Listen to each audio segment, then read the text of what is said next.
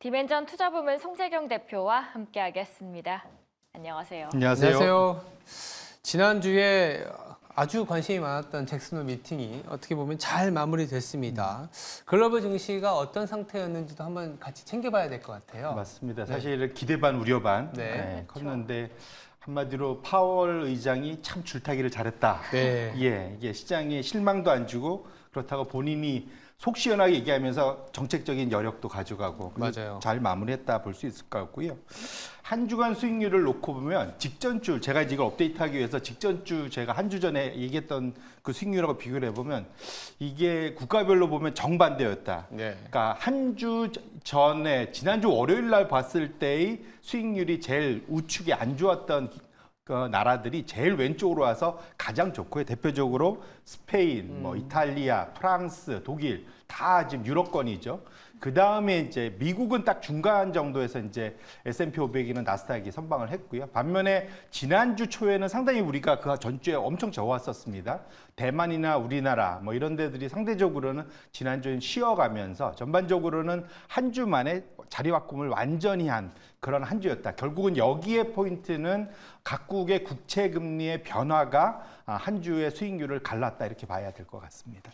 국채금리의 변화라고 이야기를 해주셨는데요. 아무래도 금리가 내려가면은 돈이 빌리가 쉬워지고 그다음에 유동성이 더욱더 풀리면서 국가들 간의 주간 수익률을 거른 가장 큰 요인으로 볼 수도 있을 것 같습니다. 맞습니다. 왜냐하면 잭슨홀 미팅이 전 세계의 표준이 되는 미국의 금리 방향성의 결정을 앞두고 있었기 때문에 이것이 전 세계의 그런 국채 금리에 영향을 줬고 그것을 반응하는 그 속도, 폭에 따라서 결국은 주식시장도 같이 반응한 거다. 보셔야 될 것 같은데요.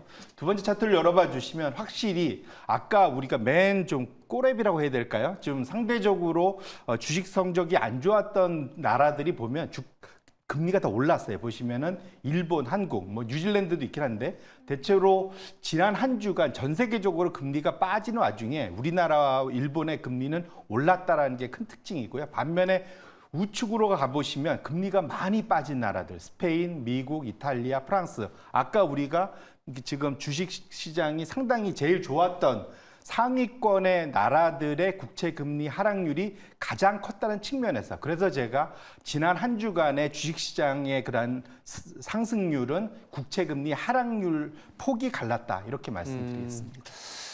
금리의 어떤 변화, 특히 이제 금리가 빠르게 내려간 시중금리가 내려간 국가가 수익률이 좋았다라고 말씀 주셨는데 미국의 업종들도 금리의 이런 변화에 많이 반영을 했나요? 맞습니다. 최근 들어 사실은 2, 3개월 정도는 정말로 금리에 따라서 큰 변동이 있었다라고 여러 번 언급드렸는데 지난주에도 예외 없이 그런 그런 그 결과가 나타났다 보셔야 될 것 같은데요. 대표적으로 지난 한 주간도 우리가 늘 꾸준히 봐왔던 차트 중에 왼쪽 편이 금리 하락 수혜주라고 할 수 있는 업종은 부동산, 경기소비재, 소재산업재, 건강관리 이 순으로 확실히 금리가 내려갈 때 주가가 좋아지는 그런 업종들이 지난 한 주간 확실한 기대감이나 그런 것들 때문에 좀 많이 올랐다 보여야 될 것 같고요. 우측으로 가보시면 지난 주간 유가가 좀 빠졌습니다. 그것 때문에 에너지가 제일 안 좋았고 그다음에 정보기술은 오히려 지수 S&P 500보다 좀 못했고요. 사실은. 그다음에 유틸리티가 의외로 원래는 유틸리티가 상당히 금리 하락에 상당히 수혜를 받는데 생각보다는 썩 좋진 않았어요. 근데 이걸 좀 길게 놓고 보면 6개월로 보면 유틸리티가 업종 1위입니다. 21%나 올랐어요. 그만큼 많이 올랐었구나. 워낙 많이 올랐었기 때문에 상대적으로 지난주에는 좀 쉬어갔다 볼 수 있을 것 같고 근본적으로는 결국 금리 인하에 관련된 수혜 업종들이 잘 올라간다 보셔야 될 것 같고 네 번째 차트를 열어봐 주시면 전에도 한번 봤었던 차트인데 결국은 금리가 하락하면 국채 가격이 올라갑니다. 국채 가격, 장기주 국채 가격, TLT 그 ETF의 그 국채 가격과 똑같이 움직이는 걸 베타라고 한다면 상관계수가 높은 업종이 확실히 왼쪽에 경기 방어 쪽은 부동산 유틸리티고요. 우측에 순환 쪽은 소재 산업재 금융순입니다.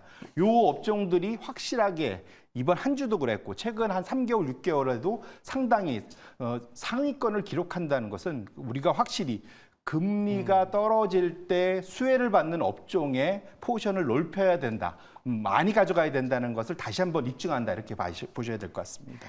금리에 영향을 받는 게 물론 업종별로도 있지만 시가총액의 규모 면에서도 많이 다를 것 같아요. 맞습니다. 금리가 떨어지면 부채가 많은 기업들, 이자 많이 나가는 기업들, 그다음에 하루 벌어 하루 내야 되는, 굳이 말하자면 이런 기업들이 확실히 좀 나아지죠. 그래서 그렇죠. 사실은 소형주가 상당히 좋을 수밖에 없고요. 그래서 차트를 열어봐 주시면 확실히 초소형주가 지난 한 주간 제일 좋았다 보셔야 될 것 같고, 그다음에 소형주 중에서도 상대적으로는 돈을 좀 못 버는, 그러니까 소위 이제 러셀 2000이 소위 S&P 600보다는 조금 더 나은 성적을 보였고요.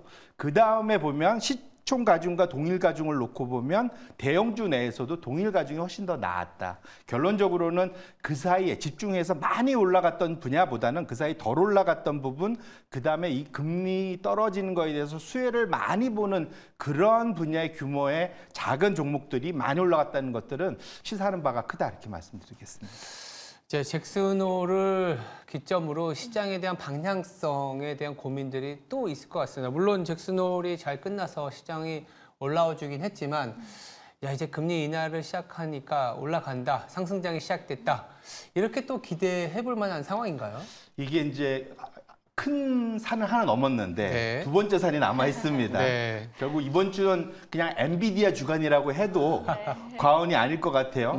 저희 쥐락펴락할 것 같아요. 왜냐하면 기술적으로 아마 그 차트를 보시는 분들은 아실 텐데 지금 미국의 기술주들이 상당히 중요한 포인트에 와 있다고들 기술 분석가들은 얘기를 합니다. 이번 주를 잘 넘어가면 다시 기술주가 좀 더 반등할 수 있는 여지가 생기는데 이번 주를 잘 못 넘기면 상당히 또 힘들어지는 구간이라고 얘기를 해요. 근데 그만큼 이번 주가 상당히 중요한데 그 이유는 왜냐하면 우리가 지난주에도 봤지만 시장의 우려가 상당히 커지고 있고 이런 것들이 이전 같은 자신감은 좀 떨어지면서 그 자산 가격에서도 확실히 나타나는 것들을 한번 봤습니다.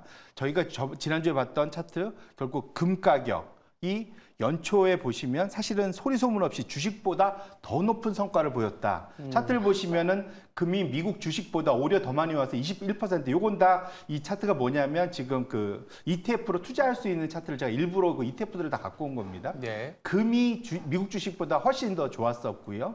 그 다음에 원유, 원자재, 미국 국채 2순위였습니다. 근데 지난 한 달간으로 조금 더 범위를 좁혀서 보면 1등으로 올라온 게 뭐냐면 미국 국채입니다. 당연히 금리가 떨어지다 보니까 미국 장기채, TLT인데 제일 많이 좀 올랐고요. 두 번째가 여전히 금이다라는 거. 이게 네. 결국은 안전자산에 대해서 오히려 달러보다도 지금 금을 훨씬 더 선호하고 있다라는 것이 좀 의미 있고 그 다음에 미국 주식이었다는 것을 확인하실 수 있습니다. 결론적으로는 지금 상황에서 이번 주에 가늠자가 되는 것은 안전자산 선호가 좋을 거냐 위험자산 선호가 좋을 거냐의 가늠자가 결국은 엔비디아의 실적과 향후 전망이 추가적인 우상향을 나타낼 수 있는데 가늠자가 될 수 있다는 측면에서 이번에는 또 긴장감을 놓지 말고 봐야 되는 한 주가 될 것 같다, 이렇게 말씀드립니다. 최근 한 달간의 수익률을 보면 국채와 금 이 두 자산의 수익이 좋았다라는 거는 당장은 이 기업 실적보다는 매크로 상황에 좀 더 연동이 돼 있었다라고 볼 수 있는데 결국 이번 주를 기점으로 또 기업 실적, 특히 AI나 M7에 관련된 성장성을 다시 한번 짚어보는 그런 시간일 것 같습니다. 이번 주에 엔비디아가 또 28일에 예정되어 있기 때문에 실적 발표가요. 이 엔비디아를 바라보는 이 미국의 뭐 큰 손들이라고 할까요? 헤지펀드들의 온도차를 좀 챙겨보면 우리가 또 방향성을 챙길 수가 있을 것 같아요. 맞습니다. 이게 엔캐리 트레이드 청산의 주범들 중에 하나죠. 그렇죠. 헤지펀드들. 또 이들이 또 사실 작년 올 상반기에 소위 M7을 비롯한 AI 투자의 선봉장들이었습니다. 그랬죠. 그런데 이들의 마음이 2, 4분기에 보니까 왔다 갔다? 바뀌었다. 소위 이제 변심했다. 사랑도 변할 수가 있습니다. 그렇죠. 보시면 이게 미국 자산의 1억 달러 이상 운영하는 펀드들을 이 보유 종목에 대한 그 분기 보고서를 제출해야 되거든요. 이걸 가지고 골드만삭스가 1분기 말과 2분기 두 개를 비교해 보면서 그러니까 소위 헤지펀드, 미국의 소위 큰 손이라는 헤지펀드 693개의 보유 비중, 종목들의 이름들이 뭐가 바뀌었는지를 봤다라는 것이 이제 이번에 포인트라 보실 수 있을 것 같습니다. 좀 불안한 거는요. 예전만큼 이 헤지펀드들이 M7을 보유하고 있다라는 생각이 안 들더라고요. 맞습니다. 이번에 그것이 그대로 나타났다는 거고요. 네. 3월 말 기준하고 6월 말 기준에 그 소위 상위 10개 종목, 탑10이라고 하죠. 집중적으로 투자하는 소위 핵심 투자 종목들 중에 M7의 이름들이 조금씩 사라져가고 있다라는 것이 이번에 이제 보여진 건데요. 아까 보여줬던 그 표를 보여주시면 예. 확실하게 M7 중에 10개 중에 많이 들고 있는 게 M6인데 그러니까 지금 아마존, 마이크로소프트, 메타, 알파벳, 엔비디아, 애플 순으로 이제 많이 이거는 이제 그 종목의 규모보다는 저걸 들고 있는 상위 10개 내에 들고 있는 그 헤지펀드 숫자입니다. 근데 이것이 1, 4분기에 비해서 2, 4분기로 보면 빨간색이 많이 보이잖아요. 예.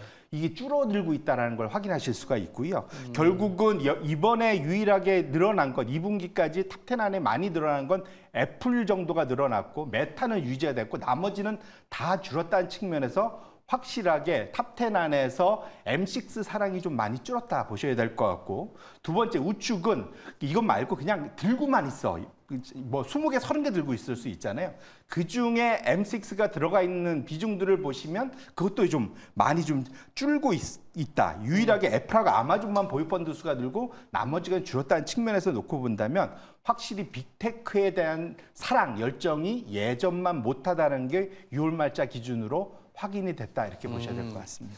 빅테크 위주의 투자에서 조금씩 변해간다라는 측면도 네. 있지만 빅테크의 열정이 조금 식었다라는 부분들도 챙겨봐야 될 것 같은데 보다 보니까요 M6인데 테슬라가 안 보이네요. 맞아요. 맞습니다. M7이면 네. 테슬라가 들어야 되는데 네. M6만 있잖아요. 그렇죠. 이게 왜 그런가? 그래서 저도 이제 주시면 봤더니 확실히 테슬라가 변동성이 너무 크다 보니까 변동성을 그렇게 사랑하는 헤지 펀드들조차도 실지를 그랬군요. 못하고 있다. 이게 1, 4분기 그 보고서에도 이름이 없고 2, 4분기 보고서에도 이름이 없다는 걸 측면에서 놓고 보면 확실히 변동성에 대해서 헤지펀드들이 관리에 들어갔다 봐야 될 것 같고요. 네. 아까 우리가 앞서 봤지만 애플이 많이 늘어났다는 거. 애플이 많이 늘어났다. 그다음에 메타 정도를 유지하고 있다는 걸 놓고 보면 확실하게 애플이 M6, 7 중에 안에서는 상당히 좀 재미없는 종목이지 않습니까? 그동안 좀 부진했었고. 예.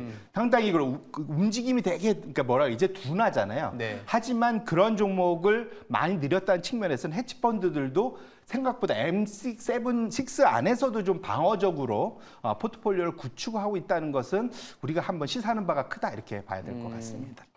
시청자분들께서 테슬라 빼고 현기차 넣자고 하시네요. 이게 주가가 올라갈 때 수익을 내다가 이번 조정에 일부 저가 매수를 하는 모습들이 보였습니다. 이런 흐름이 계속 갈지가 중요하겠는데 그러기 위해서는 엔비디아 뚜껑을 열어봐야겠죠. 맞습니다. 확실히 헤지펀드들이 그러니까 아까 우리가 봤던 숫자들은 3월 말, 6월 말이고 네. 지금 8월 말이잖아요. 2달이나 지났습니다.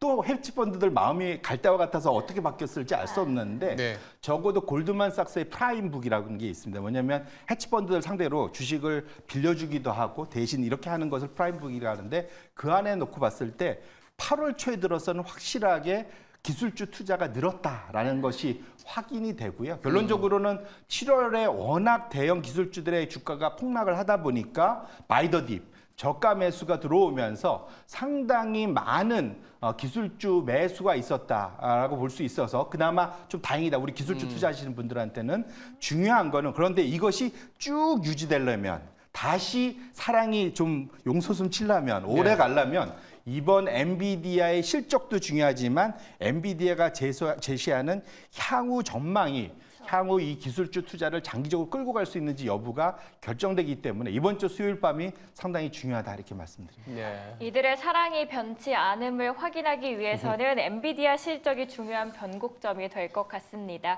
오늘 함께해 주신 분은 디멘전 투자부문 송재경 대표였습니다. 오늘도 고맙습니다. 감사합니다.